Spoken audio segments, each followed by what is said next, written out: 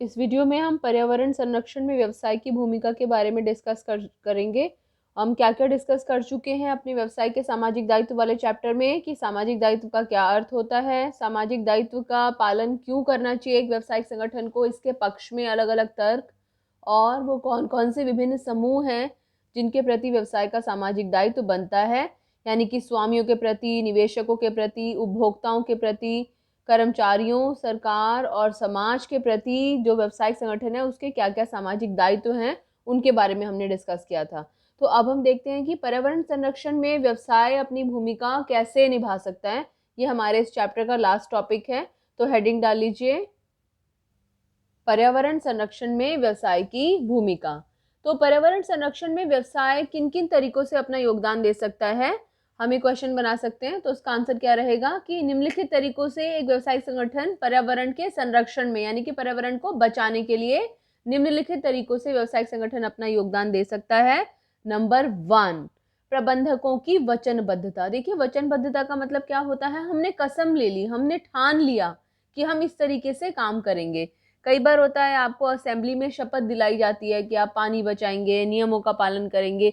शपथ दिलाने से क्या होता है, हमारे दिमाग में एक विश्वास जागृत होता है, या जब भी कभी हम कोई गलत काम करते हैं जिससे विरुद्ध हमने एक शपथ ले रखी है कि हमें ऐसा काम नहीं करना है, तो कहीं ना कहीं हमारे दिमाग में आता है कि क्या हमें ये काम करना चाहिए अगर हमने शपथ ली है कि हम ये काम ना करें। तो प्रबंधक स्वयं भी वचनबद्ध होकर ये निर्णय कर सकते हैं कि वो पर्यावरण संरक्षण में अपना रोल अदा करेंगे या फिर पर्यावरण को प्रदूषित नहीं करेंगे। तो फर्स्ट पॉइंट क्या है कि उच्च स्तरीय प्रबंधक पर्यावरण सुरक्षा और प्रदूषण नियंत्रण के लिए वचनबद्ध होकर कार्य कर सकते हैं। वो डिसाइड कर सकते हैं कि हम पर्यावरण संरक्षण के लिए अपना पूरा पूरा योगदान देंगे। सेकंड पॉइंट, खाली प्रबंधकों के वचनबद्ध होने से काम नहीं चलेगा। प्रबंधक जिस विभाग के लिए काम करते हैं उन पूरे पूरे विभागों को भी वचनबद्ध होना पड़ेगा प्रबंधकों के साथ। तो पर्यावरण संरक्षण का सेकंड पॉइंट, विभागों की वचनबद्धता। तो प्रबंधकों की वचनबद्धता के साथ साथ प्रत्येक विभाग को भी इस बात के लिए वचनबद्ध कराया जा सकता है, यानी कि उन्हें कहा जा सकता है कि भैया प्रॉमिस कीजिए कि वे पर्यावरण सुरक्षा और प्रदूषण नियंत्रण का पूरा पूरा ध्यान रखेंगे। तो पर्यावरण संरक्षण में व्यवसाय की भूमिका के 2 पॉइंट्स अभी तक हमने पढ़े। पहला, प्रबंधकों की वचनबद्धता, दूसरा अलग अलग विभागों की वचनबद्धता। थर्ड पॉइंट, अब वचनबद्ध होने के साथ साथ वो कुछ डिसीजंस भी ले सकते हैं। वो ये निर्णय ले सकते हैं कि वो क्या क्या करेंगे या क्या क्या नहीं करेंगे।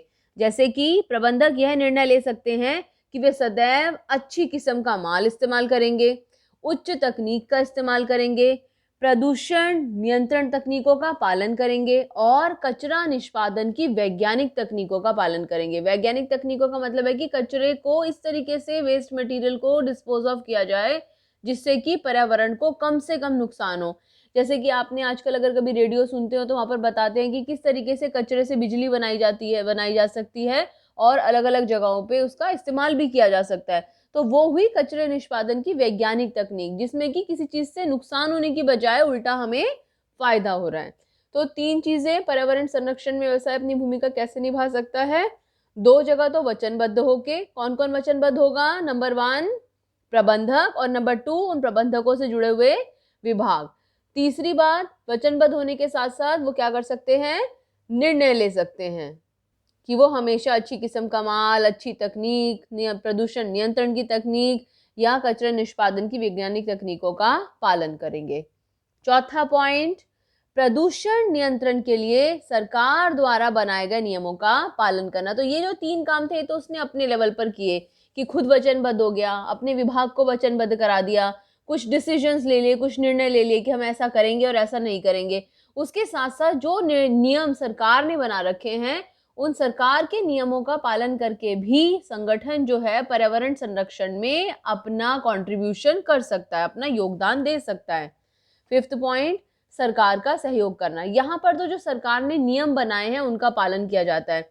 और यहाँ पर क्या कर सकते हैं, जो सरकार अगर कुछ काम कर रही है, फॉर एग्जाम्पल अगर सरकार नदियां साफ कर रही है तो नदियों को साफ करने में सरकार का कंट्रीब्यूशन करना। अगर सरकार वृक्षारोपण कर रही है, पेड़ लगा रही है, तो उस वृक्षारोपण में कंपनीज कह सकती हैं कि नहीं, हमारे कर्मचारी भी एक एक वृक्ष लगाएंगे, अपने कर्मचारियों को ये काम दे दें, तो सरकार का योगदान कर सकते हैं, सरकार अगर ऐसे कोई कार्यों को कर रही है तो प्रबंध यह निर्णय भी ले सकता है, या फिर हम यहाँ पर संगठन लिखना चाहें तो संगठन भी लिख सकते हैं कि संगठन यह निर्णय भी ले सकता है कि वह सरकारी कार्यक्रमों में अपना पूरा पूरा सहयोग देगा। कैसे कार्यक्रम हो सकते हैं वो?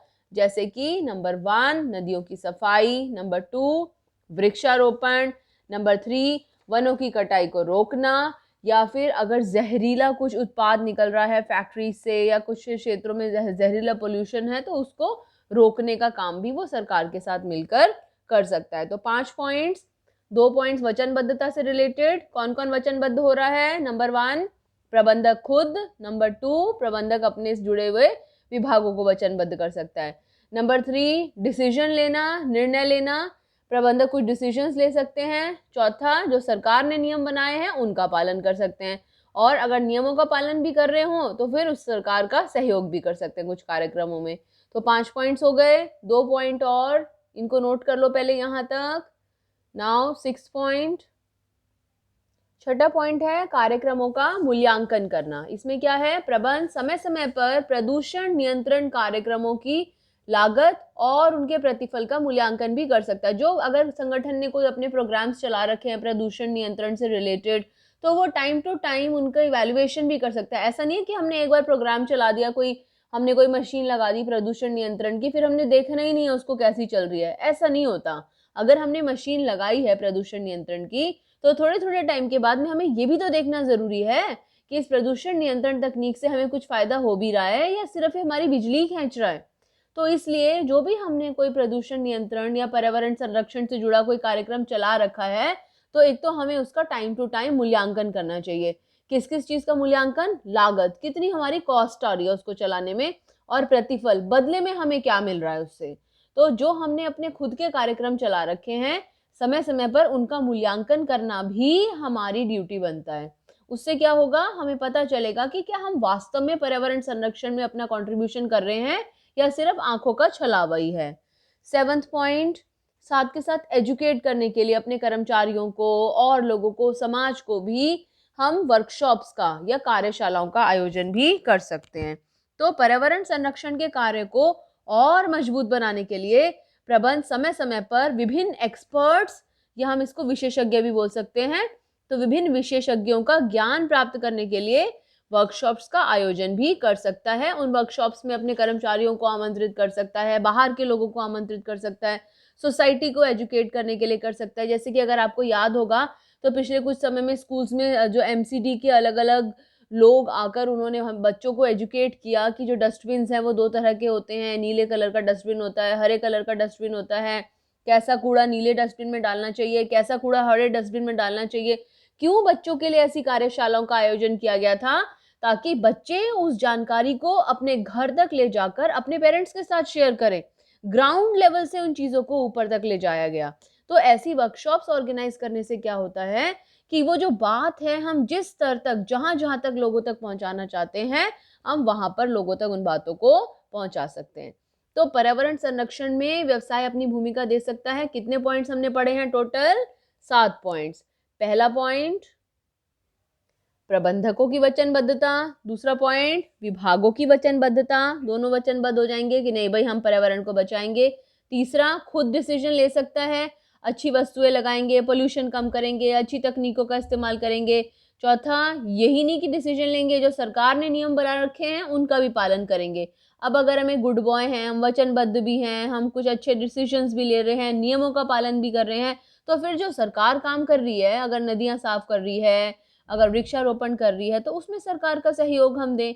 फिर ये भी काम अगर हम कर रहे हैं तो जो हमने अपने काम यहाँ पर किए हैं, जो अगर हमने कोई डिसीजन लिया है तो अपने खुद के कामों का हम समय समय पर मूल्यांकन करें। लागत और प्रतिफल का मूल्यांकन। किस चीज का मूल्यांकन? लागत और प्रतिफल का मूल्यांकन, कि हमें उससे कितनी लागत आ रही है और हमें उस प्रोजेक्ट से कितना फायदा पहुंच रहा है। और दूसरे लोगों को एजुकेट करने के लिए हम वर्कशॉप्स या कार्यशालाओं का आयोजन भी कर सकते हैं। क्लियर है ये टॉपिक सभी को? याद हो गए पॉइंट्स? वीडियो को पॉज करके एक बार पॉइंट्स लिखो, देखो आपको पर्यावरण संरक्षण में व्यवसाय की भूमिका में कितने पॉइंट्स याद आते हैं, और कमेंट बॉक्स में मुझे बताओ कि आपको वीडियो देखने के बाद में कितने पॉइंट्स याद हो गए हैं। ठीक है, नेक्स्ट वीडियो में हम अगला चैप्टर शुरू करेंगे। Thank you, God bless you.